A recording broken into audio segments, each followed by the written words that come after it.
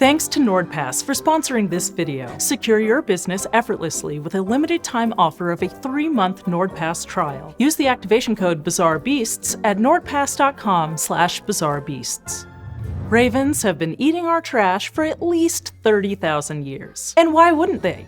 They're smart birds who appreciate an easy meal, and where we've gone, they've often followed, picking at our leftovers from mammoths to McDonald's. This opportunistic approach to food has allowed them to tag along with us to places where finding meals would otherwise not be so easy, like the Mojave Desert. Unfortunately, our trash isn't the only thing on the menu in the Mojave.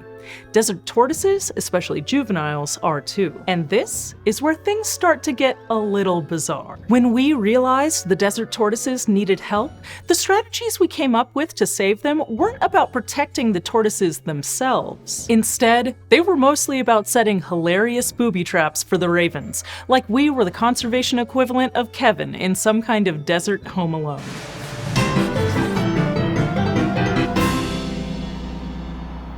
If you want to support the channel, the Bizarre Beasts Pin Club will now be open for subscriptions for the whole month. Sign up by April 20th, and the first pin you will get will feature both of the players in this desert battle. And in case you missed our April Fool's Day announcement, we have brought back our Hankfoot pin, available for pre-order for a limited time.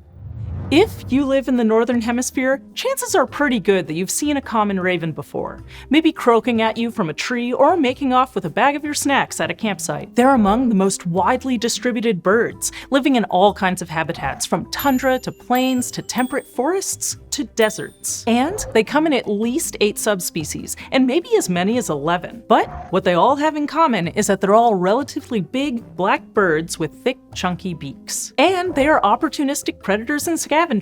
They eat all kinds of animal foods and carrion, including roadkill, along with nuts, fruits, and other plant parts. And while the ravens initially targeted juvenile tortoises, whose shells are thinner and more delicate, those big, chunky beaks allow them to peck through the shells of tortoises up to 10 years old. In the battle between common raven and desert tortoise, they're definitely winning in terms of just how incredibly widespread and adaptable to different environments they are. The desert tortoise, on the other hand, is only found in certain parts of the southwestern United States and northwestern Mexico. And the Mojave population is even more restricted, including just the desert tortoises north and west of the Colorado River in Arizona, Utah, Nevada, and California. This population tends to live in desert scrub habitats, where they feed on low-growing plants, and they can only get up to around 20 to 38 centimeters long and 3.6 to 6.8 kilograms. And since the 1960s, the common raven population in the Mojave region has shot up by over 1,000%,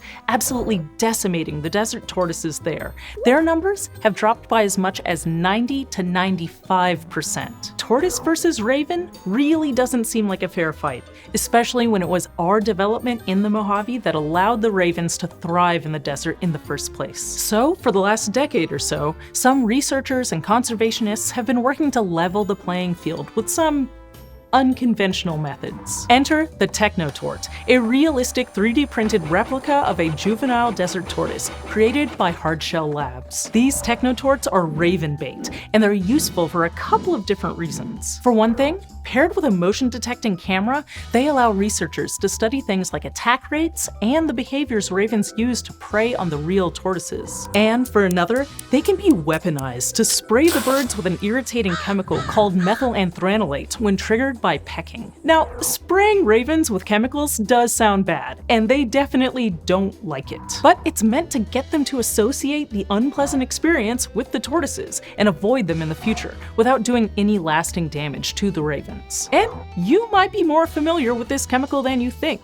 It's a naturally occurring compound that gets used in grape flavoring. The whole setup seems pretty ridiculous on the surface when you stop and think about it. Researchers are literally making fake baby tortoises to spray ravens with the scent of grapes. Hardshell Labs calls this conservation through deception. But it's also pretty ingenious. Their goal isn't to kill the ravens, it's just to teach them not to eat the tortoises. And that's not the only way they're doing it.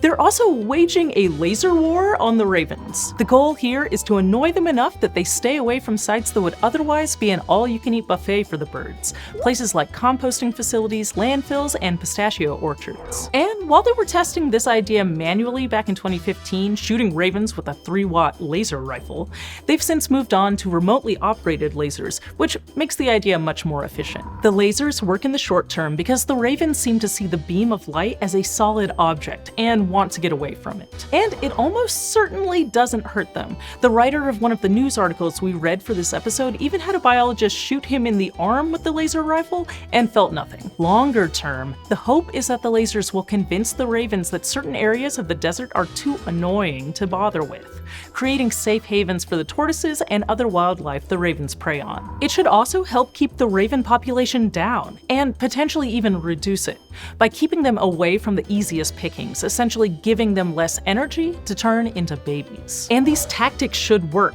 in theory, because ravens are really smart social birds. They learn from their experiences and from each other, and they have good memories. For example, in one study published in 2020, some captive ravens were shown 2 experimental conditions. In one, a person wearing one kind of mask walked by their aviary 4 times carrying a dead raven.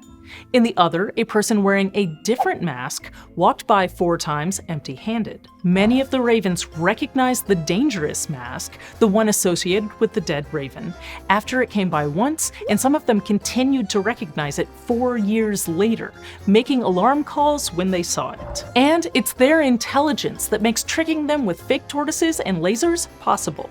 To save the desert tortoises of the Mojave, researchers must turn the ravens' smarts against them. What started as a battle between the tortoises and the ravens has essentially become a battle of us against the ravens. And if we're the ones making fake tortoises and remotely operated anti-bird lasers, then I have to ask, who really is the bizarre beast of the story?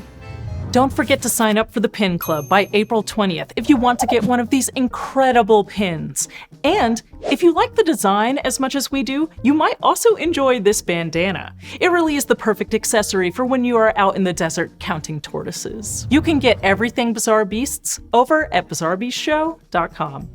The war between ravens and tortoises shows us that a determined attacker can figure out a way to breach almost any defense, and nowhere is that more clear than in the world of cybersecurity. According to Trace Security, around 81% of company data breaches are caused by poor passwords, and cybersecurity statistics show that around 95 user credentials are stolen each and every second. But with Nordpass, you can keep your business safe and secure. Nordpass allows your employees to log into their accounts in seconds by autofilling credentials across all of the devices they use for work. It enables them to share sensitive data like credentials or credit card details between colleagues safely and efficiently, create strong passwords, and make payments using the highest cybersecurity technology standard. Plus, Nordpass identifies vulnerabilities early with one of the market's most robust data breach scanners.